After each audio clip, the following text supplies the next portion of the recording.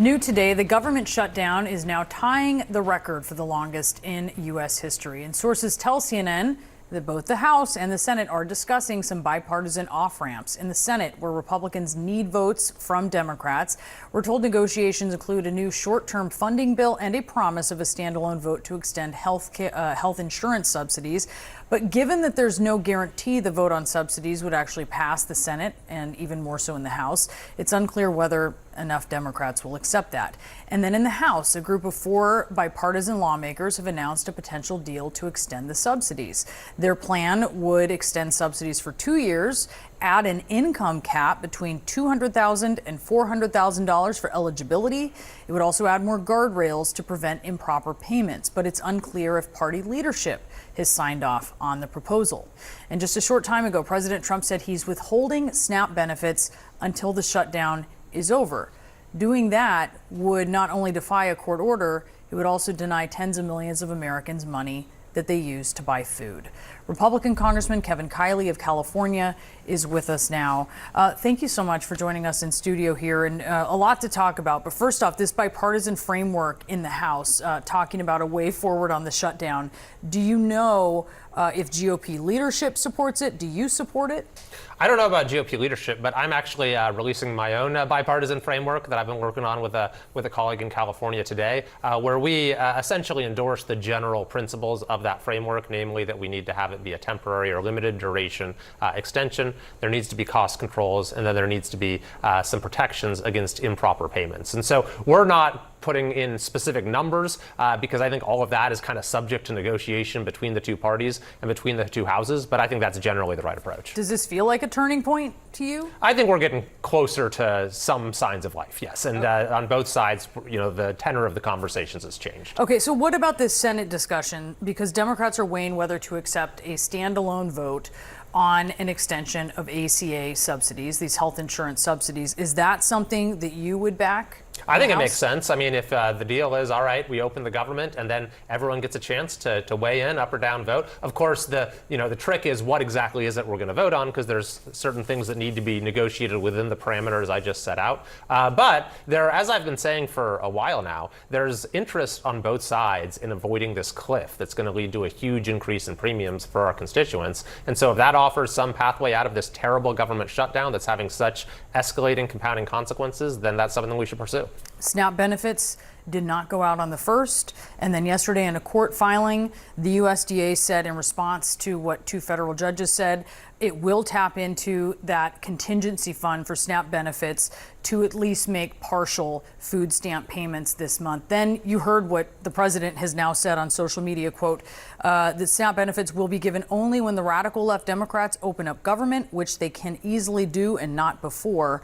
That sounds like a reversal of what the USDA has said in this court filing. How are you reading that? I'm extremely troubled by this. The fact that people who rely on these benefits to feed themselves and their family are not getting access to them because of the excessive partisanship here in Washington, D.C. It is a complete failure, and it's no wonder Congress has a 13% approval rating. When it comes to SNAP in particular, I've said that we need to pursue any and all avenues to make sure folks get their benefits. Number one, opening the government's the easiest way to do it. I've also co-sponsored a bill that would say you keep getting SNAP benefits even if the government isn't open. And I do think that the president now has, to the extent the legal authority exists, I think that I'm just seeing that truth post. I think that part of the issue is that it's administratively difficult to issue partial payments because this contingency fund doesn't have enough money in it even for 1 month of total payments, full payments. There are rolling payments, though. I mean, it could also be easy to issue payments, yeah, right? So to the extent it can be done, I think it needs to be done. People cannot be left without that. So, but is he talking about defying a court order? I don't think so. My understanding is that it's just pointing to the fact that it's administratively difficult, but if we had a reopening of the government... Where are you getting that from? That's the explanation the White House has put out.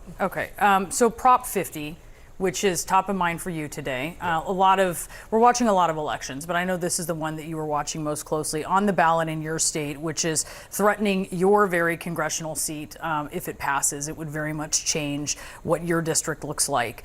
And noteworthy that Texas, of course, did redraw its maps first, but the president is questioning at this point the validity of the actual ballot process in your state. He called the entire process a giant scam, but then said in particular the voting itself is rigged. Do you think the voting is rigged? And do you have any concerns? I mean, you need people to come out and support your side in this. Do you have any concerns that that could actually make some people who you need to come to the ballots think twice about not coming? Well, there's certainly room for improving our election process in California, and in this race, they did suspend a number of the voter protections. They made the process a lot more rushed, but that is what it is. The result tonight, we're going to get it around 11 o'clock Eastern time, and I'll certainly accept the result, and we'll go from there. I voted no, but we'll see what ends up happening. I think gerrymandering is wrong in California. It's wrong in Texas. It's wrong in any state where it's happening. And I think regardless of how this vote comes out in California tonight, we need a national solution to this issue to end gerrymandering in all 50 states. You have confidence in the process in California right now, even if you might disagree with the outcome. I certainly think there are things about our elections that can improve. I believe we need voter ID. I think things like ballot harvesting are problematic. The fact that people didn't get the full time you're usually supposed to get in an election here is problematic. But yes, the result will be what it is tonight. Do you expect it to pass, the redistricting measure? We'll see. The recent polls show that the yes side is up, but that's one snapshot in time. In California, we often see the no side in propositions gains momentum towards the end. And so I'm certainly hoping it doesn't. I want to continue to represent the beautiful 3rd District as it's currently drawn. But regardless of what happens, I'm confident I'll be able to win re-election to the House. It is a beautiful district as currently drawn. I can attest to that. Congressman Kiley, thank you so much for being with us. Of course. Really appreciate it. Thanks for having me. We're keeping a close eye on the White House, where Press Secretary Caroline Leavitt was just asked about President Trump's threat to withhold SNAP benefits until the government reopens. Remember, that is despite 2 judges last week ruling that the White House has to. They're forced to pay out what benefits they can out of a contingency fund. Here's how Leavitt responded. Did the administration distribute that money or defy that court order? No, the administration is fully complying with the court order. I just spoke to the president about it. The recipients of these SNAP benefits need to understand it's going to take some time to receive this money because the Democrats have forced the administration into a very untenable position. We are digging into a contingency fund that is supposed to be for emergencies, catastrophes, for war. And the president does not want to have to tap into this fund in the future. And that's what he was referring to in his Truth Social post. So the Department of Agriculture, as for the latest SNAP payment in the judge's order, put out guidance to states today on how to get that money to the recipients of SNAP, but it's going to take some time. The best. Now, some 42 million Americans depend on SNAP. SNAP recipients are really on a roller coaster when it comes to whether they're going to get the funds they desperately need. President Trump posted today on Truth Social that those benefits are not going to be paid while the government is shut down. Federal judges have ruled differently. On Friday, 2 ordered the White House is obligated to pay those benefits.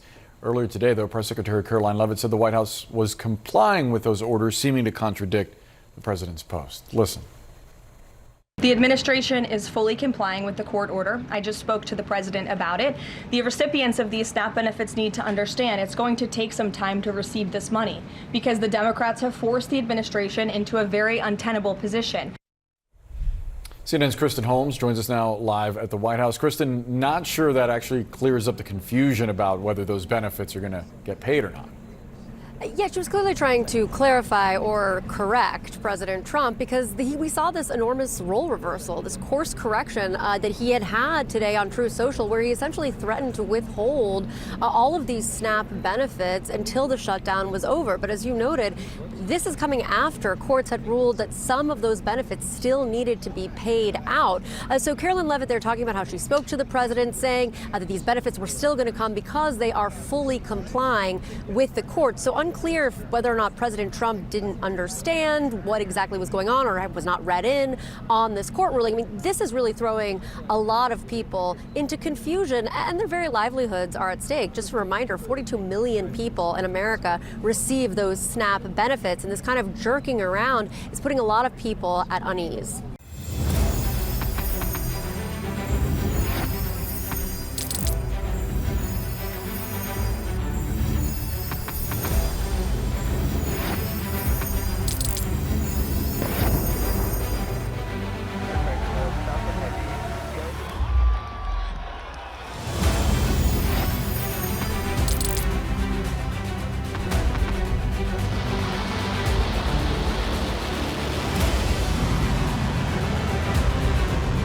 Fighting so long and so hard that they don't know what the f they're doing.